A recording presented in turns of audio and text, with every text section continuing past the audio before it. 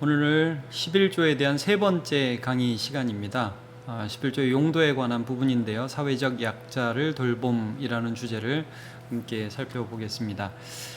우리는 11조가 이제 하나님을 향한 신앙의 고백으로 우리 믿음의 선조들이 드렸음을 살펴보았고, 구약에서 특별히 그 용도에 있어서 주의 일을 하는 전임 사역자들의 생계를 책임지는 데에 하나님께서 이것을 사용하셨다는 걸 함께 살펴보았죠. 그래서 그 정신을 계승하고, 또 그래서 11조가 어디에 쓰이느냐 그 용도를 계속 좀 살펴보고 있는데, 두 번째 살펴볼 것은 이것입니다. 사회적인 약자를 돌본다는 것입니다. 성경을 한번 볼게요. 신명기 26장 12절을 보면 이런 말씀이 있습니다. 셋째 해 곧 11조를 드리는 해에 내 모든 소산의 11조 내기를 마친 후에 그것을 레위인과 객과 고아와 과부에게 주어 내 성읍 안에서 먹고 배부르게 하라, 이런 말씀이 있습니다. 그러니까 여기 셋째 해 11조라는 말씀은 매해 드리는 것과 달리 또 다른 11조를 말합니다. 이게 여러분 구약을 보다 보면 11조의 종류가 몇 가지 있어요.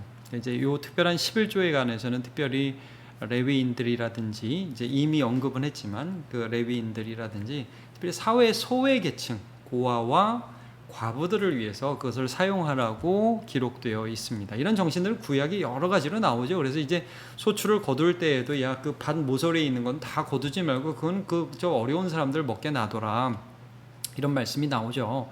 자, 이런 정신들이 신약으로 이어져서 초대교회가 형성된 다음에 교회가 가장 먼저 한 일 중에 하나는 재정에 관한 일이었어요. 재정을 어떻게 사용했느냐, 제가 한번 볼게요. 사도행전 2장 44절, 베드로의 설교를 듣고 3,000명이 세례받고 처음 예루살렘 교회가 형성되어서 그들이 처음 한 일이 무엇이냐, 사도행전 2장 44절입니다.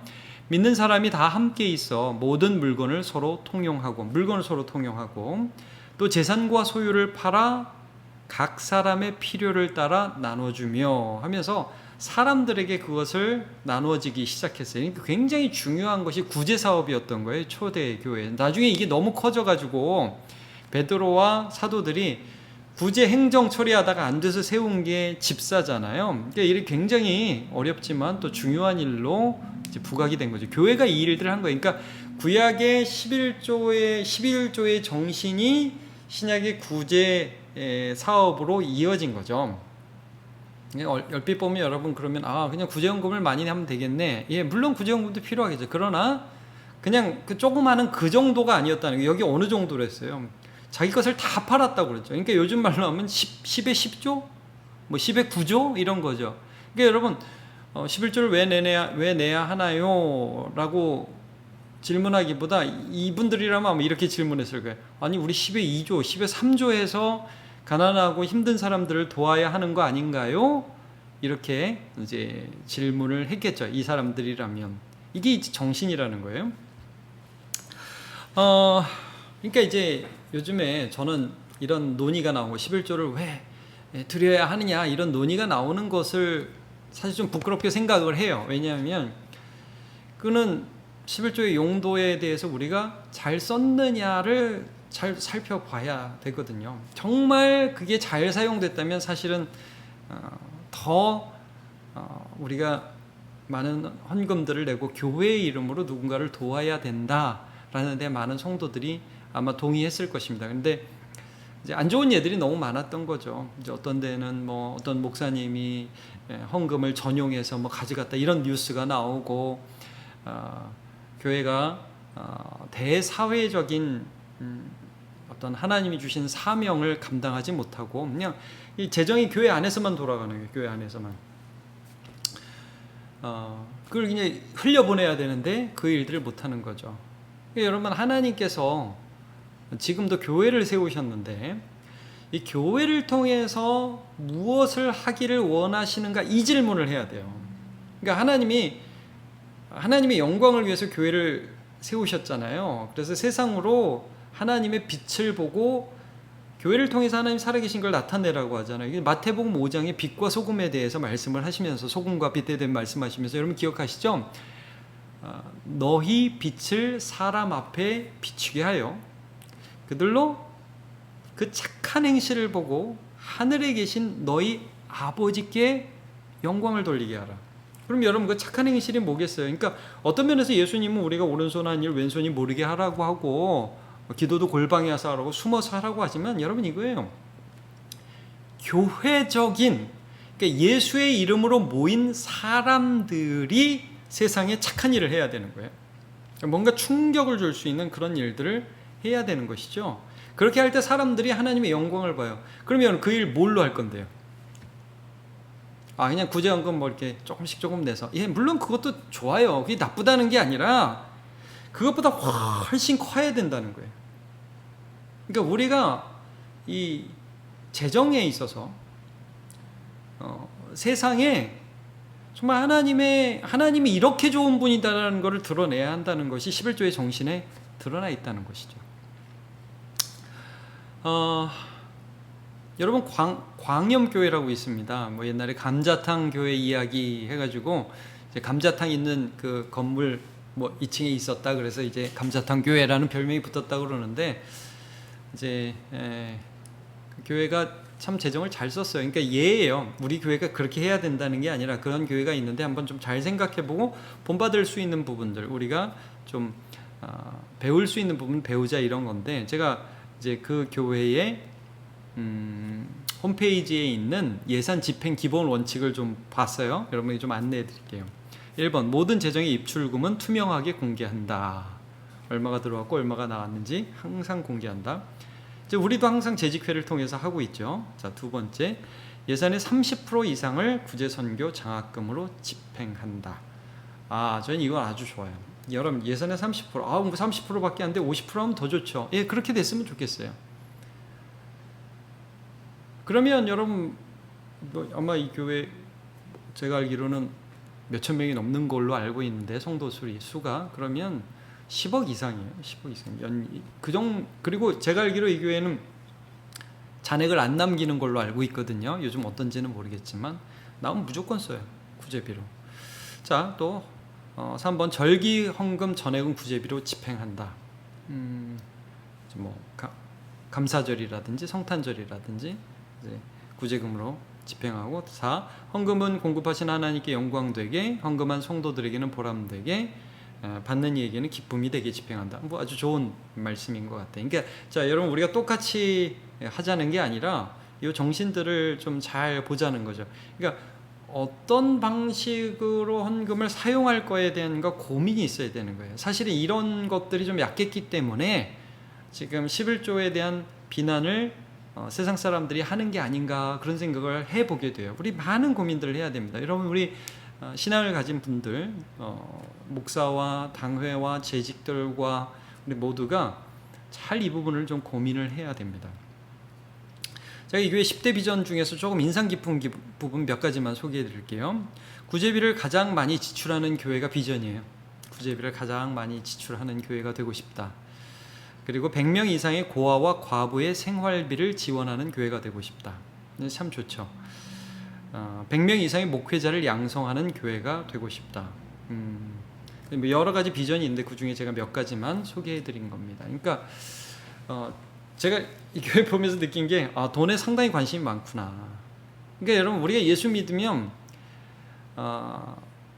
이 돈은 그거는 세속적인 것이지 그게 아니라 정말 돈을 하나님의 뜻에 맞게 사용하는 데에 관심을 가지게 되는 거예요. 그리고 우리 영광스럽게 그 돈을 사용함으로 하나님이 높임을 받으시기를 열망하는 거죠.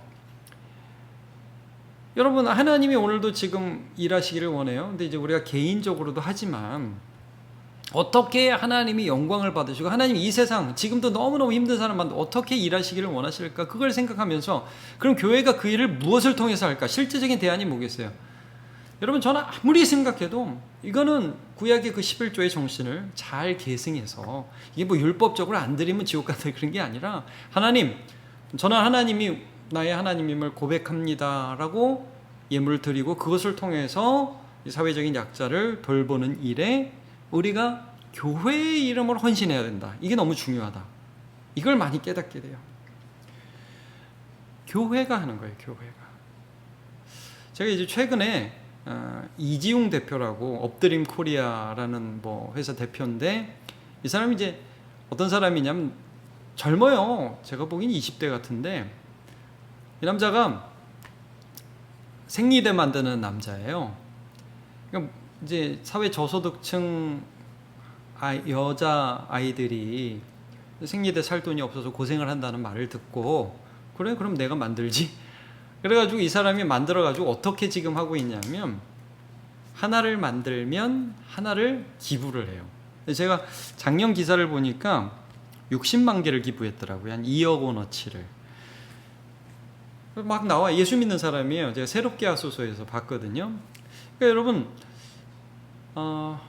개인이 해도 이렇게 그 사회적인 이슈가 되잖아요. 근데 지금 이제 우리가 현 상황을 보면 참 어려워서 교회적으로 다 너무 어렵잖아요. 그러니까 이걸 못해요. 재정적으로 힘들어요. 그럼 여러분 우리가 어떻게 이 재정적인 어려움들을 극복하면서 이제 정말 대사회적인 그런 하나님의 뜻을 이루어갈 것인가? 저는 가장 현실적인 대답은 11조를 통해서라고 대답할 수 있을 거라고 보여집니다. 여러분 하나님께서 교회를 통해서 무엇을 하기를 원하시는지 한번 생각해 보세요. 야고보서 1장 27절 우리가 최근에 야고보서 강의를 쭉 보면서 굉장히 중요한 말씀이라고 그러죠.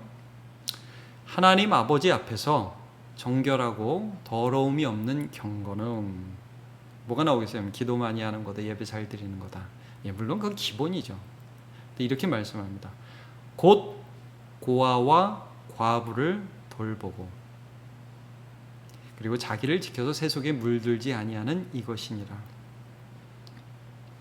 여러분 누가 도울 건데요? 교회가 돌봐야 합니다.